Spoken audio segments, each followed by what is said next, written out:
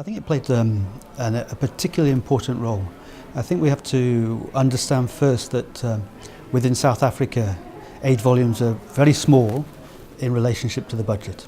I mean, total perhaps about 1% of the budget, and the aid from the European Union perhaps 0.3% of the budget. So it's very small.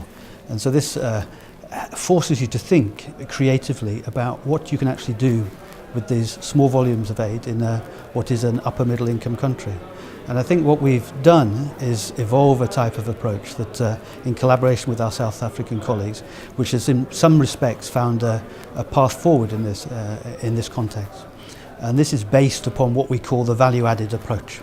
So we're trying to think about in what way, with a small volume of aid, we can add value. Clearly, we can't do the heavy lifting.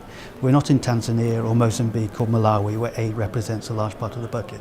But what we can do is add value by doing things that are innovative, creative, maybe risk-taking, catalytic, that have wider effects. And if they have those wider effects, they have a value in themselves, and they could also be replicated by the government with its own budgetary resources.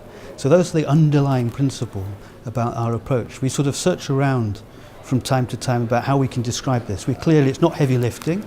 Sometimes we call it acupuncture, but that can be a bit painful, can't it? I sort of say it's like the piri-piri or the Tabasco on the plate. Okay, this is a bit of spice that we're adding to the whole process, and this is the way in which we've worked with budget support in South Africa. So it's had this sort of, I think, innovative effect or catalytic effect, and that's the big conclusion, I think, that's emerged from the evaluation of budget support that we're discussing today.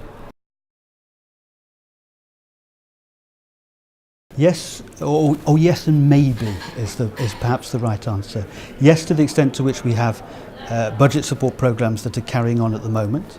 So we have a pipeline of projects, particularly in the area of employment, education, a small amount in health.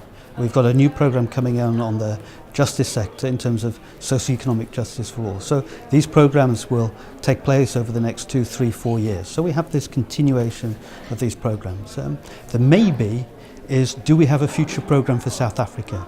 As you're well aware, there's a big debate about, do we have development cooperation in upper middle income countries? Now the Commission has taken a view, and I think now we have the agreement of Member States and of Parliament, that we should have an exception to South Africa. Part of the motivation here is because, particularly from our Commissioner, has been that the apartheid history makes South Africa different. And because of that apartheid history, we need to stay engaged and working with South Africa. The other element is we have to realise here is that we have what's called a strategic partnership with South Africa. This is only one of 10 countries in the world. And this also changes the dynamics of the relationship with South Africa. So this has led to certain pressures to say, yes, despite this rule on no cooperation under the Development Cooperation Instrument with upper middle income countries, we should have an exception with South Africa. Now the debate is still going on. I believe there were discussions yesterday, day before yesterday, maybe even today. I think it's going to end positively with a programme for South Africa, and the debate will be about how much money. So there's the maybe. If we get those resources, I think given the conclusion of this evaluation, I think we can carry on with pursuing this innovative or catalytic approach to our development cooperation with South Africa using the mechanism of budget support. And one thing that's important to realise here is that it's not a view that budget support is good or budget support is bad. Very often we, in collaboration with our South African colleagues, we look at budget support as one element within a programme. So a kind of typical design today might be to have a programme which has an element dealing with budget support, an element dealing with technical cooperation or technical assistance, and an element dealing with civil society collaboration. So maybe we have a program based upon three pillars: budget support, technical cooperation, and civil society cooperation. And we try and get those three elements working closely together. So we bring civil society organisations together with government, try and get synergies and the spreading of ideas and innovation. And this is all in line with this idea that the aid should be able to promote innovative, creative, catalytic ideas. And it's not whether it's budget support or not budget support, it's whether this instrument, budget support, technical cooperation or civil society or collaboration can bring that innovation and catalytic actions to the forefront.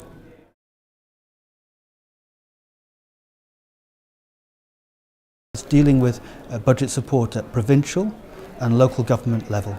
And the huge challenge that we have there is the management of public financial management. If most of us know that one of the criteria for giving budget support is that there should be improvements in public financial management. Now we're able to achieve this quite comfortably at central government level. But what is clear in the South African context is that at provincial and local government level, the management of public finances is not at the level it should be.